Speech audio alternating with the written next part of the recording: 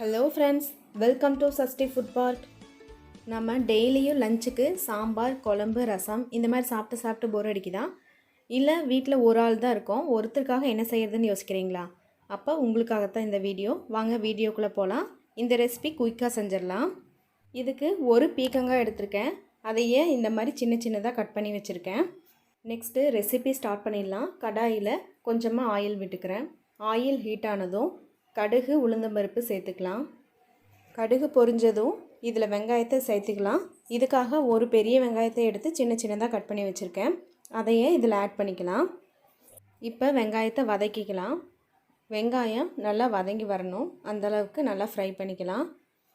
அடுத்து இதில் கொஞ்சமாக கருவேப்பிலை சேர்த்துக்கலாம். கருவேப்பிலை சேர்த்துட்டு லைட்டாக ஃப்ரை பண்ணிக்கலாம்.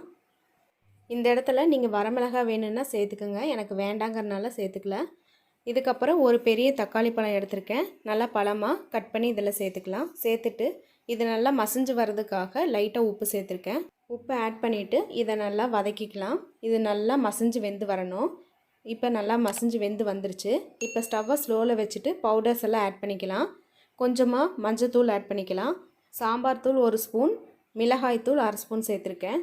உங்களுக்கு காரத்துக்கு தகுந்த மாதிரி நீங்கள் மிளகாய்த்தூள் ஆட் பண்ணிக்கிங்க. இப்போ இது எல்லாத்தையும் நல்லா ஃப்ரை பண்ணிக்கலாம்.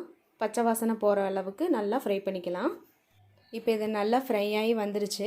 இதில் நம்ம கட் பண்ணி வச்சுருக்க காயை எடுத்து இதில் சேர்த்துக்கலாம். பீக்கங்காய் எல்லாம் சேர்த்ததுக்கப்புறம் இதை நல்லா மிக்ஸ் பண்ணிக்கலாம்.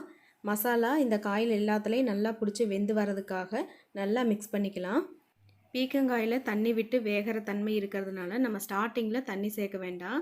இதில் இருக்கிற தண்ணியிலையே அது ஃபஸ்ட்டு நல்லா வேகட்டும்.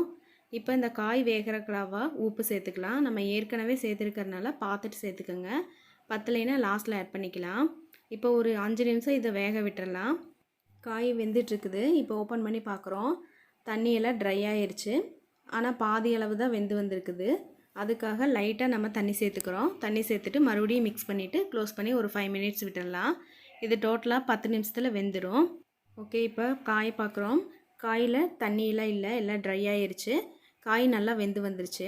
இந்த ஸ்டேஜில் நீங்கள் உப்பு காரம்லாம் செக் பண்ணிக்கிங்க. இதை அப்படியே எடுத்து சுடு சாப்பாட்டில் போட்டு நம்ம பிசைஞ்சு சாப்பிடும்போது இந்த டேஸ்ட்டே வேறு லெவலில் இருக்கும், சூப்பராக இருக்கும். இதை நம்ம பொரியலாகவும் எடுத்துக்கலாம். பொரியலாக எடுக்கிறீங்கன்னா இதுக்கு மேலே தேங்காய் துருவல் சேர்த்துக்கோங்க. அவ்வளோதான், 10 நிமிஷத்தில் குயிக்காக நம்ம லஞ்ச் ரெடி பண்ணியாச்சு. இதோட டேஸ்ட்டும் சூப்பராக இருக்கும். இதை ட்ரை பண்ணி பாருங்கள். இந்த வீடியோ பிடிக்கும்னு நினைக்கிறேன். பிடிச்சிருந்தால் லைக் பண்ணி ஷேர் பண்ணுங்கள். நீங்கள் இன்னும் நம்ம சேனலுக்கு சப்ஸ்கிரைப் பண்ணலைன்னா மறக்காமல் சப்ஸ்கிரைப் பண்ணிடுங்க. அப்படியே உங்கள் ஃப்ரெண்ட்ஸ் அண்ட் ஃபேமிலிக்கு நம்ம சேனலில் ரெஃபர் பண்ணுங்கள். நெக்ஸ்ட் வீடியோவில் பார்க்கலாம். பாய்.